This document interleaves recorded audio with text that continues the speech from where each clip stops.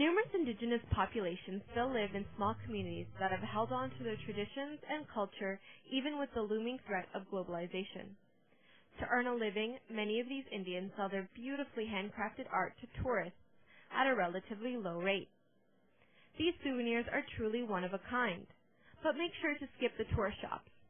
Instead, opt for a more memorable experience by bartering with street vendors on a wide variety of souvenirs.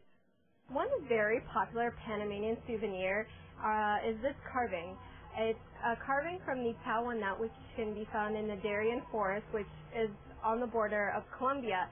Now, these seeds, which looks exactly like this, they are picked up by Embera indigenous people and are carved and painted into something like this. All of these carvings are actually representations of animals that can be found in the Darien provinces, and they run you about $15 to $25, depending on the size and how beautifully they are crafted.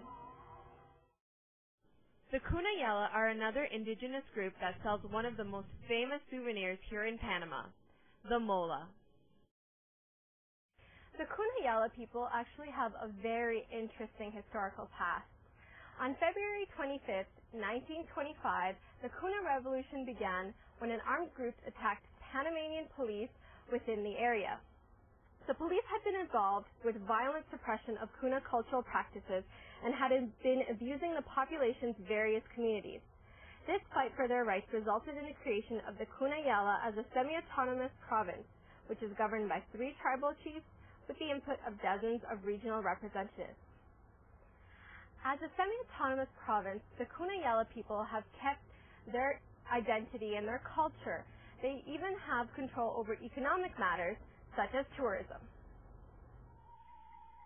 Cunayala women are easy to spot. The traditional costume consists of a patterned cotton wrapped skirt, yellow and red headscarf, arm and leg beads, gold nose rings, earrings, and many layered and finely sewn mola panel blouses. A mola is a hand-sewn tapestry from the Cuna Indians. Tourists can buy little girls' dresses, women's clothes, and handbags decorated with molas.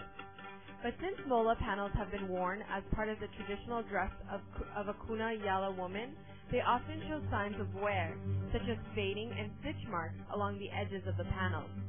These imperfections indicate that the mola is authentic and not made solely to be sold to tourists. By owning a mola, you own a very important part of the Cuna culture, because one of the causes of the Cuna rebellion was the fact that the government tried to prevent Cuna women from wearing their traditional mola costumes. Other popular souvenirs include jewelry made from the sawa nut, Embera Indian hand-woven baskets, and feathers that have pictures painted on them. To buy some of these souvenirs, travelers can visit Casco Viejo, Cinco de Mayo, Mi Pueblito, or the Amador Causeway. However, there is no one specific place to buy souvenirs, as visitors can find street vendors and tourist shops all over the city. And when all your shopping is done, make sure to try a Panamanian snow cone. For about 50 cents, this snack is a great and cheap way to cool down after a long day of sightseeing.